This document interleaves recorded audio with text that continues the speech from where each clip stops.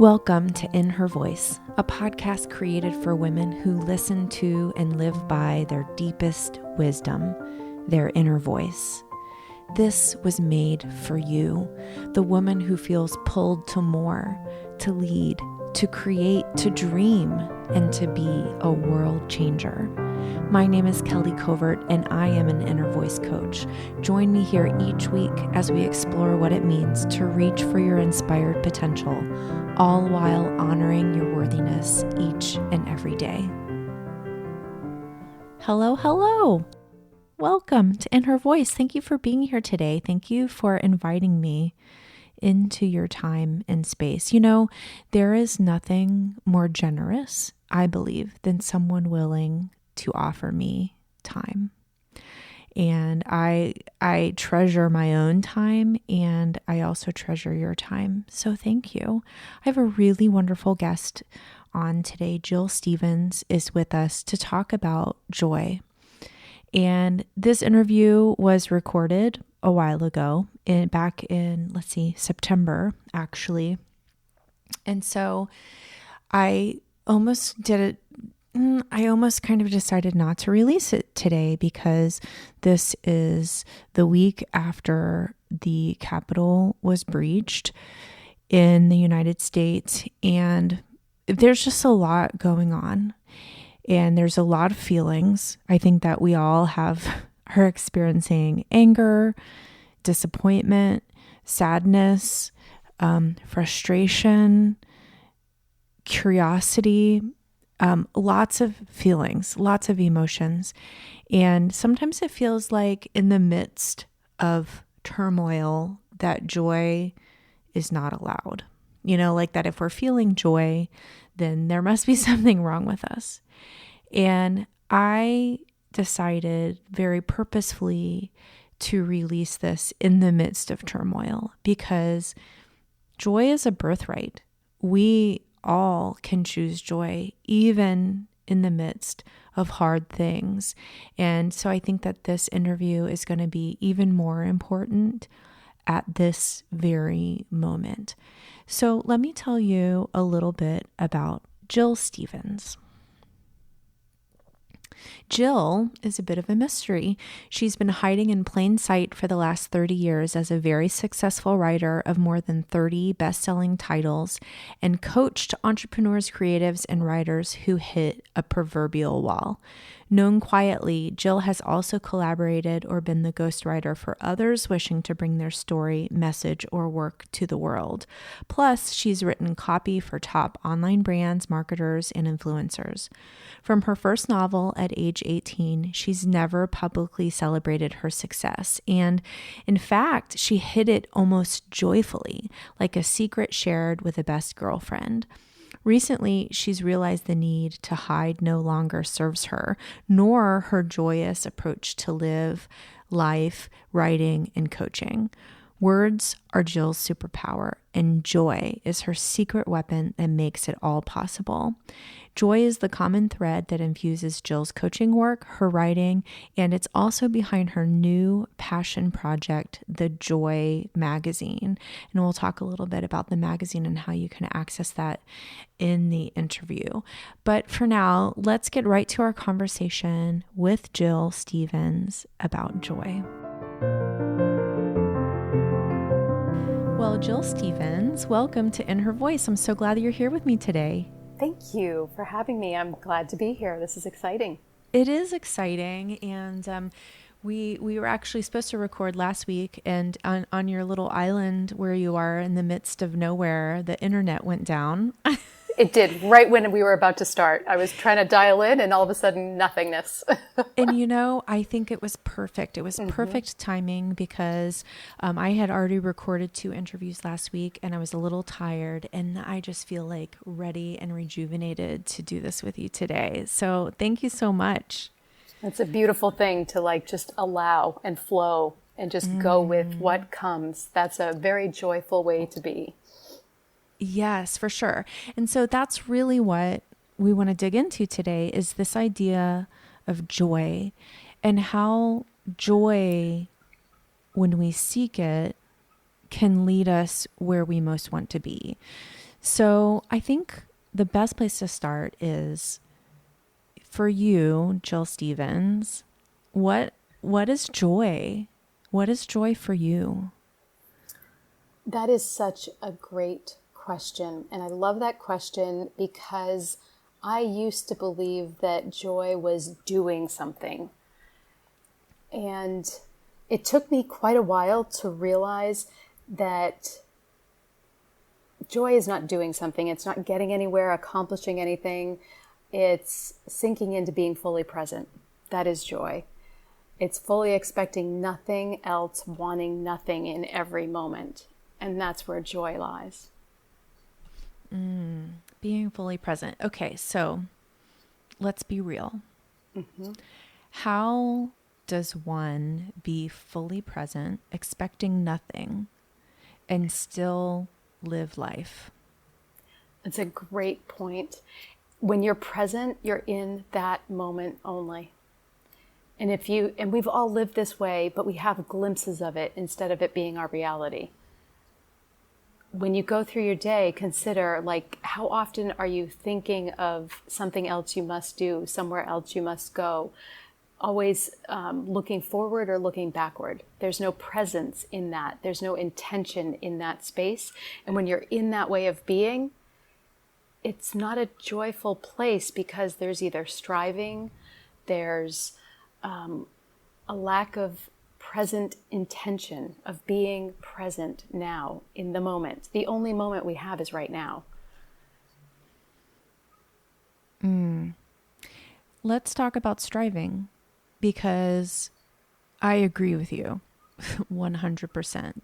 And also, this has been a practice for me to develop. It's not something that I am always good at. The idea of not striving, of just like being. And I have a feeling that you have deep experience with striving. Absolutely. I think the thing to remember is that we're all a work in progress. I used to live from a place of looking for the destination and thinking that the destination I was striving toward would bring me joy, would bring me happiness, would bring me the rewards. And when I realized the joy, the journey is where the joy is, not the striving to get somewhere, everything opened up and everything shifted. Mm-hmm. But I was a total overdoer, overachiever, over everything. And it wasn't until I slowed down and stopped striving for something outside myself and realized that the joy came from within me. That's when everything changed. Yeah. So did you have a moment? Like, was this a process of like over time that you discovered this, or did you have a moment where you just hit the wall and said, I can't live like this anymore?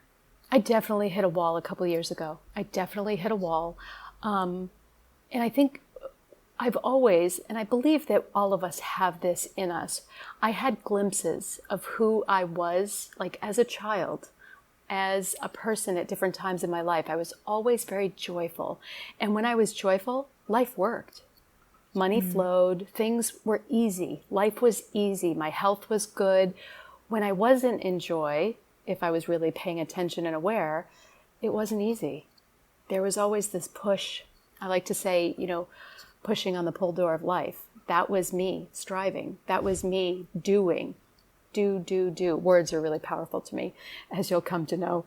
But I think there's been many moments of awakening.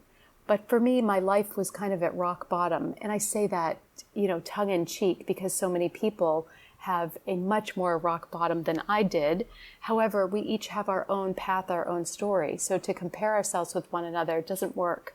It's like whatever your moment is, it's yours.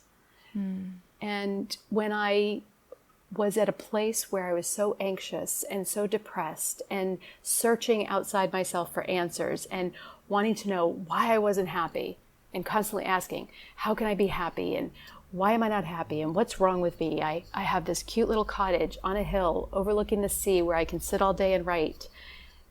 And yet I'm not happy. I have an amazing husband, and yet I'm not happy. and I didn't have joy in my life. And what I had to come to realize, slowly but surely, was it was a choice. It was a choice every single day to wake up with joy. It was a choice to do things with intention that brought me joy. Because in thinking that I had all the trappings that should make me joyful, I wasn't getting anywhere.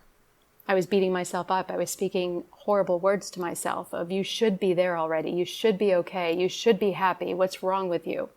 And I think so many women especially get into this self-abusive cycle where we talk so much yuck to ourselves, so many negative words.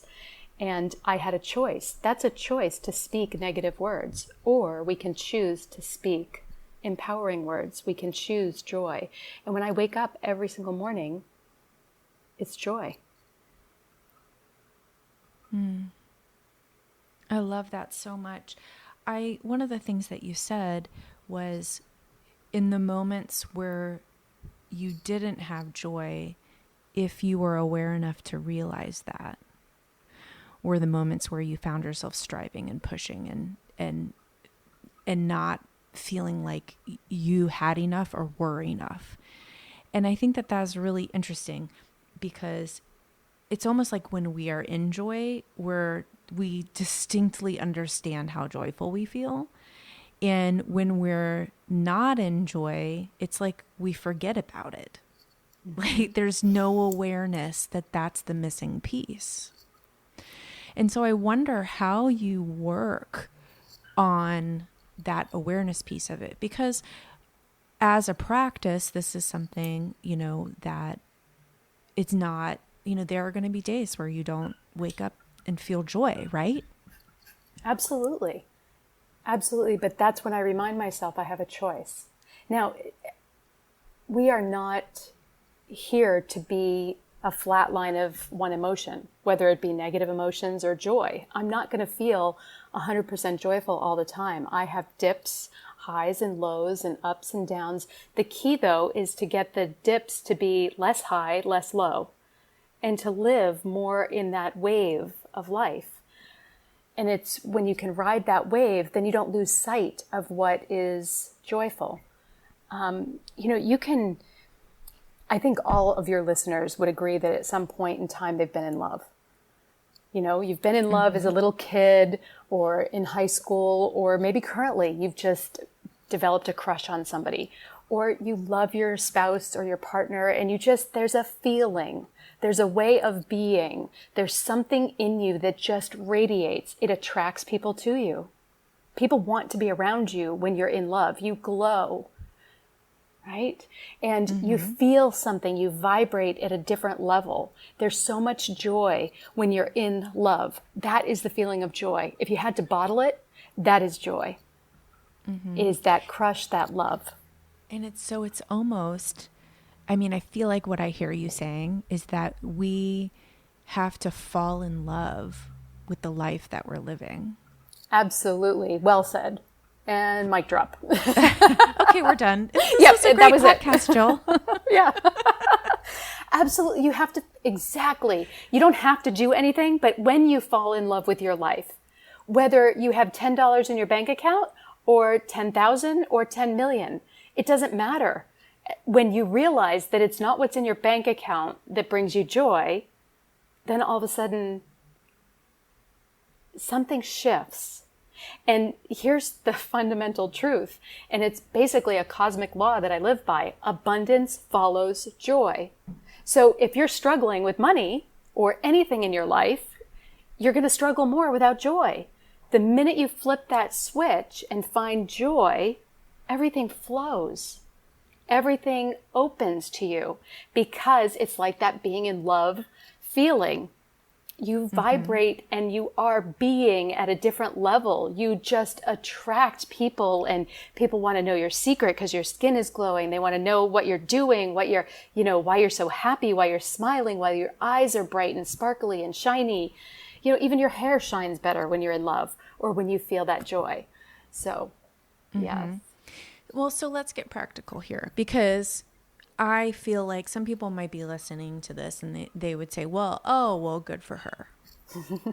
you know, good for her. She's living in the cottage by the sea, writing every day, and has a beautiful husband who loves her, right? It's easy for her to be joyful.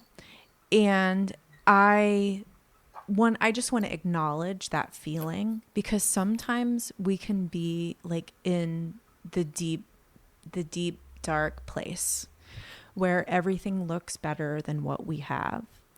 And I feel like those are the times when you really have to use tools that are going to work, because just saying, I need to be joyful is not going to cut it, right? So what are some of the tools you use to access this joy, or really even to like understand what brings you joy and what makes you joyful? That's a great question. And really, it's like that example of being in love is one example. It's remember a time you felt joy. For me, movement brings me joy. I used to dance. I always thought I had two left feet, couldn't dance, and I took a dance class and I absolutely fell in love with it and loved it and realized, oh wow, I can shake my booty. This is great. And to me, movement is medicine. You are as young as your spine. So if you can move and sway and flow, there's something that opens within you. So when you move, or when I would move, I would feel this shiver, this thing I couldn't identify. It's like, what is this? And it would just be an instant and then it would be gone. That was joy. I can remember growing up in church at one point and going to a Southern church, like a Southern Baptist church, as a visitor. And some of these women in there were just singing like you would not believe, you know, and you could just feel it. Music is a great way to just raise awareness of, and then the practice is, what do you feel when you feel this way? When you listen to that music, when you move your body. Those are just two examples. It's the opposite of that is, what do you feel when you're thinking a negative thought about yourself? It just brings you down. So this is where the word choice comes in. And I know that when we're in a down place, we don't realize we have choice. And believe me, 2 years ago, I was in a down place. My health was fading. I lived on an island.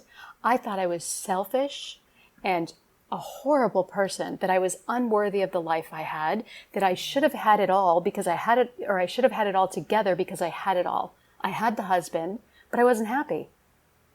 I wasn't happy at all. Right. I had the little cottage that I was renovating, but I wasn't happy at all. I had a career. I wasn't happy at all. And the more I thought about my unhappiness, the more I perpetuated it, the more it grew and grew and grew. And then I developed more stories about it. You know, my childhood, all of these things, which, yes, you could think that I have it all together, but I don't. I'm a work in progress. Every day, I simply choose, before I even crawl out of bed, before I even open my eyes, I take a beat, a moment of awareness, and I decide, I choose the kind of day I'm going to have. I choose to get up angry, or I choose to get up upset. I choose to get up happy. I choose to get up with joy. It's all the little choices that make us joyful. And yes. Yeah. One of the things, I had a recent experience. We're recording this at the end of September, 2020. And I, as my listeners know, I play in a professional orchestra. I play flute in a professional orchestra, and we haven't had concerts for 6 months because of the pandemic. And, last weekend we had our first concert. And it was like super weird. And we had all like partitions and like air purifiers running and all of these safety precautions. And going into the concert, I was sort of nervous. Not about safety, but just nervous about like, what is it going to be like? Is it going to, is the experience going to take away from the music and all of these things? And so after the concert, which was Saturday night, I said to my husband, I think I forgot what it felt like. In those 6 months, I forgot how much I love this and how much how it feels in my body. Like I forgot that feeling. And I wrote down in my journal that night, my job is to remember these feelings. Like this is my job. Because when I forget those feelings, when I forget how good something feels, then I don't want to do it anymore for some reason. Even though like intellectually I know it's good for me, I have to go back to how it feels in my body. Exercising is like that for me. Journaling is like that for me. These things aren't always the things that I initially want to do. But when I remember the feeling inside my body when I do it, that is what I need. And that the feeling is joy, right? Yes. You're going to remember something. Yes. That is the moment. So you're going to remember something. I was writing a book once for a naturopathic doctor, and he would help people. He was a blood type specialist, and I originally met him because I was sick myself, and he helped me immensely. And I started to write a book with him, for him. And he told me one day that people would come to him with incurable cancer. People would come to him with all kinds of illnesses on their deathbeds, like end-of-life type situation and stuff. And he put them on very restrictive regimens, routines, therapies, all natural stuff, a lot of nutrients, minerals, IVs of like a lot of stuff to do. And they'd heal. They'd feel better. They'd get well. They'd be well. And he told me one day, he said, it doesn't matter how sick they are when they walk in my door. When they walk out well, within 2 years, 91% of them will forget how good they feel and will slowly revert back to old behaviors, old patterns, old habits, old ways of being that don't include health. Isn't that amazing? That is amazing. Well, and it just makes me ask the question, like for me, as much as for everyone who's listening, how can we be better at remembering? I love what you said about journaling after your show. When you journal, when you write things down, something opens up. Now, for some people, they are more auditory. When they speak, women especially are this way. When we speak words, this is why women get together with girlfriends and why it's never a great idea to just unload verbally on a husband or, a male partner, because they just don't process that way. And sometimes we don't need a girlfriend or anybody to say anything back to us. We can find the answers and understand the processes and what we needed just from speaking out loud. Have you ever been there? Yes. Okay. Yeah. All the time, right? Let me tell you about my Voxer habit. I love Voxer. It's brilliant. And I'm so glad that my coach, Lisa, who you know as well, you did an awesome podcast with her. I think it was last year. She introduced me to Voxer, and it's the best thing ever because I am 47 years old and I never knew until this year that I was a verbal processor. Wow. So that just goes to show we don't know ourselves until we do. Mm-hmm. I'm a writer. I've always written. So I've always had journals and I've always written down words. But sometimes I'm really able to process in a different way when I speak. So I do that now. I have my own channel in Voxer and I just talk and talk and talk and talk and talk. And then suddenly it's like clarity. I'm done. And I talked it out. I don't need to be fixed. I'm not broken. But yet if I bring that to my husband, I have to first tell him a caveat. It's like, babe, you don't need to fix me. I'm not broken. There's no problem here. I would just like to speak with you for a moment. Are you willing to hear me and just listen? And if he looks at me with the wide eyes and like deer in headlights, then I know, no, not a good idea, because he's going to see it as a problem to fix. And that was one of my issues of what started to leak my joy, is not understanding how my husband worked, how I worked. not understanding relationships, there's so many different layers to our lives, from our work relationships to our work to, like you said, the new conditions surrounding this pandemic and what you have to do, that you lose sight of, well, why did I do this in the first place? So when you can bring yourself back to a knowing that you can do the hard things, like choose joy when you don't feel like choosing joy, suddenly it'll get easier and easier. And now the work becomes choosing it when it's no longer hard. Because like you said, we can forget. Yeah. Yeah, we can forget without meaning to. Exactly. And, you talk about journaling and verbal processing. So I think sometimes we say the word process a lot, and it becomes one of those things that we think that we understand, that we think we know what it means, but we just say it like another word that we say all of the time. Mm-hmm. And so I want to talk about processing just a little bit, because I think that's like at the step, like that's the step of remembering. So what it is for me, how I think of processing, is that's the act of me sort of like filtering a circumstance or something that happened to me, or the thoughts that I'm having, or some sort of feeling that I'm having. It's me filtering through my body. So it can become a part of me. I can hold on to the things that I need, and I can let go of the things that I don't need. And I actually heard someone explain this once, is it's sort of like, like a garbage disposal.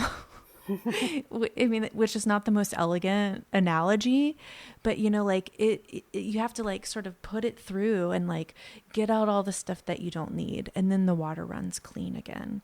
And that doesn't mean that those memories aren't there. That doesn't mean that it's not a part of you, but you've released the things that are no longer serving you. So you've processed it through your body. And I really love what you're saying about using words to do that. And you mentioned how much you love words. You're a writer. I love words too. I'm like obsessed with words. And so I want to kind of talk about that, because I don't hear people talk about this very often, but it is important to use your words wisely. Yes? Oh, absolutely. The words we say create our life. We are powerful, powerful beings that can create our lives. We create our existence. The thing is, we don't want to own that when it doesn't look like how we think it should, our life, that is. I didn't want to own my life when it was miserable. But my life wasn't miserable. I was choosing to be miserable. So the words I was saying to myself at that time were horrible. I wouldn't speak to an enemy like I was speaking to myself. And the words I was speaking, not necessarily out loud, but my thoughts. What thoughts are you saying about yourself? When you look in the mirror, what do you say about yourself? When I flipped a switch and I decided, I read a book. The book is, I didn't write the book, but I read the book, Love Yourself Like Your Life Depends on It. It's a great book. It's a short read. You can do it in an hour, and it has some exercises in there. And one exercise is to brush your teeth and, look at yourself in the mirror, brushing your teeth, or maybe I added the brushing your teeth. I'm not really sure. And say, I love you. I love myself. I love myself. I love myself. And I do it every morning. I spit toothpaste all over the mirror. Tell me how you cannot be happy and laugh at yourself when you look at yourself and are spitting toothpaste, smiling at yourself, brushing your teeth, saying, I love myself, I love myself, I love myself. Like literally, it sounds silly. It takes 5 minutes to clean up the mirror, ladies, so it's not a big deal. And it's so worth it, because all of a sudden you flip a switch. You flip to being happy. You flip to laughter. You flip to, it's not so ridiculous to think I love myself. Because a lot of women especially, but a lot of people, they don't love themselves. I did not love myself. I treated myself horribly, horribly. And I didn't know how to feel what I was feeling. So when you speak these horrible words, when you don't know how to feel, all of a sudden you get lost. And this is where the weight of everything comes down on you, in my opinion. That's what happened to me. So the words we speak are so powerful. The words we speak create our life.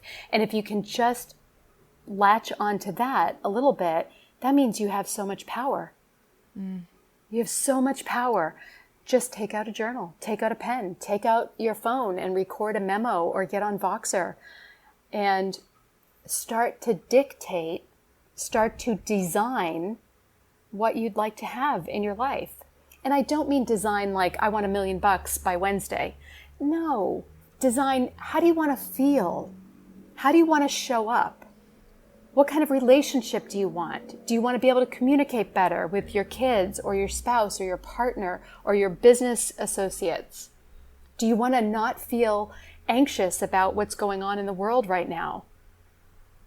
What design who you are, who you want to be, and what you want your life to look like. And when you do this, you'll see the power of your words, because I promise you, as it happens with my students, as it happens with so many people, all of a sudden you'll read these words back to yourself in a week, a month, and you'll recognize that, oh my goodness, that's my life now. Oh my goodness, that happened. Oh my goodness. And you'll start to realize the power that we have been creating our lives all along, that we have choice in how we create our life. 100%. I have a daily practice of writing myself reminders. And some of them are about who I am, and some of them are about what I want, and some of them are about things that I'm deeply committed to. And every day when I write those, I sit and I feel it inside of me and know that those words aren't just made up things.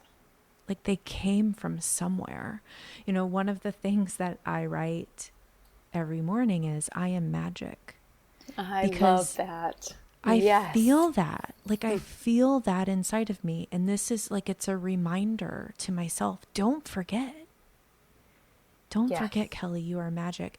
And these words and the way that we say them are so powerful. And I find too that I have very little tolerance for listening to other people beat themselves up either. And I would encourage all of you who are listening, start with that. If you hear other people beating themselves up, if you're sitting around with your girlfriends, with a glass of wine and someone starts going off about how, fat they are or whatever, I just say, nope, I don't participate in that. You can't talk about my friends like that.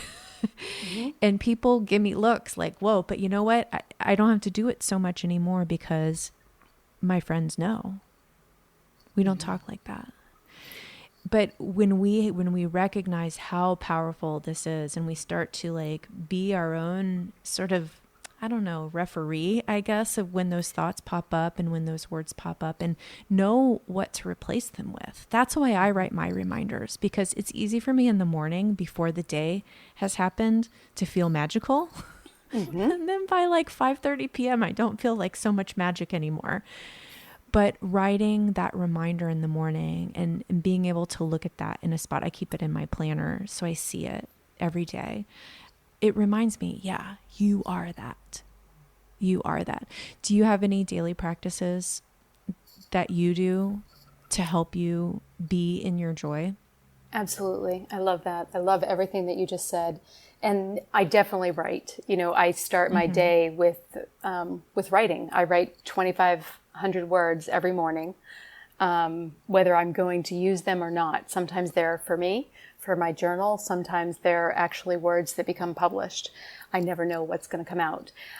So I write, and there's something very therapeutic and a connection between the heart and the head when you write, especially by hand. I highly recommend. More neural pathways open up when you write by hand.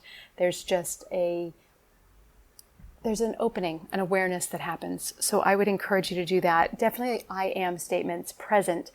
Who are you? I am, I am joyful. It can be as simple as that instead of I want to be joyful. That's not empowering. Otherwise, you will forever be wanting to be joyful. So it's starting with how you wish to be, but starting with it as though it has already happened, as though it already is. It's almost like casting a spell, as your reference to magic. It's just decide who you are. And you can decide. It's like, I am not depressed today. Okay, well, maybe that works for a week. But then why not change it to, it's not a negative, but a positive? Our brains, we know words have a positive, negative, or neutral charge. They just do. However, our brain doesn't know the difference between a negative. So I am not powerful. Your brain hears powerful. So that's a good example of a positive. However, it's just the great example is don't spill the milk for the kid. Chances are he's going to spill the milk because his brain does not hear do not. It doesn't hear the negative. It's just how we're created. But if you can start your day with positive words, and for some people it's like a mantra, something to say. For a couple months, I literally walked around all day long and said, I love myself. I love myself. I was so anxious, so depressed, so sad, so lost. And this was just 2 years ago. And I needed that constant reminder. So whenever I had a thought, I just let it go and I love myself. Whenever I saw a reflection of myself in a window or a mirror, I love myself. And I got used to saying something positive about myself instead of nitpicking on my looks or what was going on with me or how I wasn't happy and I should be. That is a powerful way to be. I think also the way we care for ourselves is very powerful. Self-care is an art form. And when you self-care with intention, that when you do anything with intention, there's power in that. Think about throughout the day how often you eat food without intention. How often do you drive home, perhaps, and don't even remember the drive? You're en route. It's without intention. When we can take care of ourselves with intention, when you're rubbing that cream on your face at night or in the morning, do it with intention. Pay attention to your body. Give thanks to your body. One of the top things for me is gratitude. When I am in gratitude, joy is not far behind.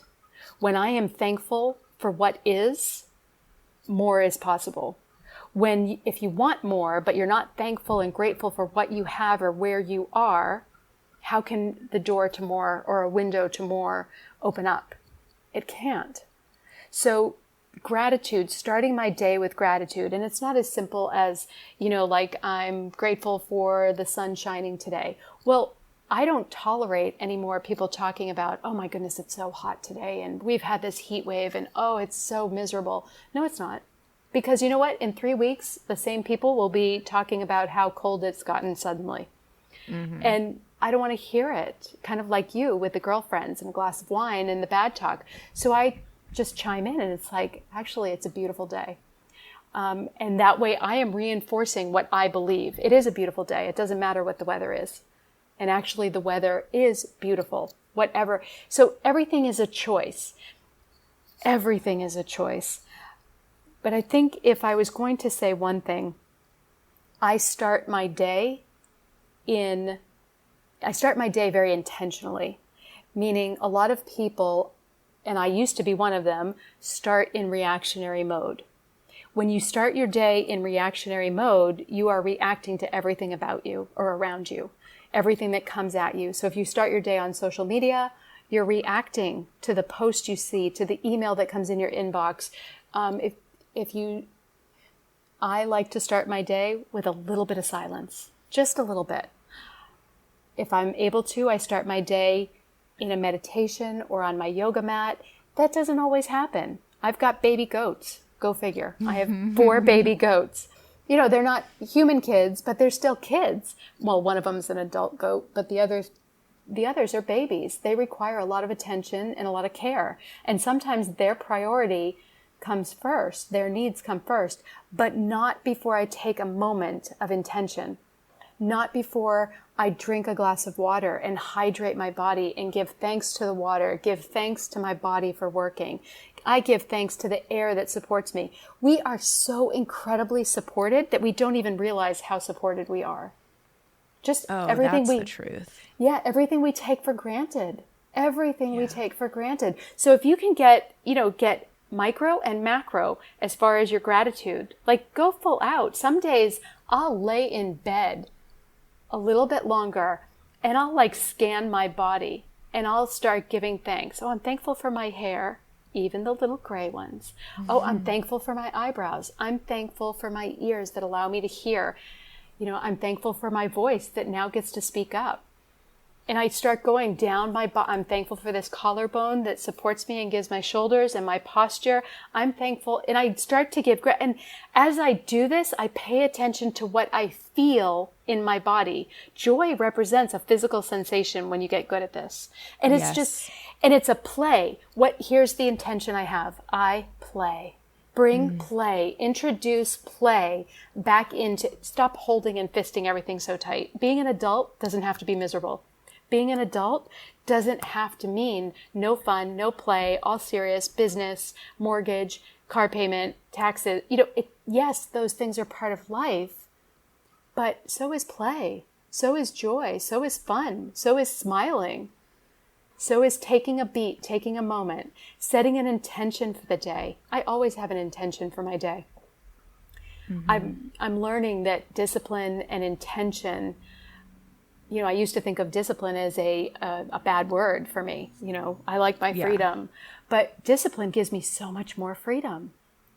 That's a lesson that I'm working on embodying also, Jill. That's so interesting because it is something, the idea of structure is actually something that I struggle with. And I'm recognizing it's what I need. Right? It's what I need to feel the way that I want to feel. And so sometimes we have to reevaluate like what we believe about certain things and like what certain words, going back to this power of words, right? Like what certain words mean to us. We get to decide. We get to decide. And when we start to recognize that power, like you said, we are powerful. When we start to recognize that, then that opens up a whole realm of possibility to us of how we want to live our life. Absolutely. So I love everything that you're saying, particularly just in regard to choice. So, I want everyone to walk away from this interview understanding that the choice is yours. You get to pick. Mm-hmm. And I would hope you choose joy, but you're not required to, but you will pay a price for that. Well, and here's the thing, you're choosing already. Right. Yes. You're choosing something already. Mm-hmm. And you can live by a mantra of should've, would've, could've's, or you can just choose differently. So you're already choosing. What's your choice? Mm-hmm. It's that simple and that complex. Well, yes, as most things are. The duality of those I accept. Mm-hmm. So you have actually, I think, a tool for joy that you're creating. Why don't you tell everyone a little bit about your magazine? I'd love to. Thank you for mentioning that. So I'm a writer. I've been writing. I wrote my first 100-page story, 100 pages when I was in 6th grade. So that's like 12 years old. And I made the teacher wait while I scribbled the last line of the very last page. And she did wait. And then she read all of them. And she gave me these pages back a few days later with a red ribbon tied around them. She put her hand on my shoulder and she leaned down to me and whispered, "Never stop." And I just remember that moment. It was one of many moments. But I've always written, always, always, always. And what I've realized is more and more people need joy, especially now more than ever, right?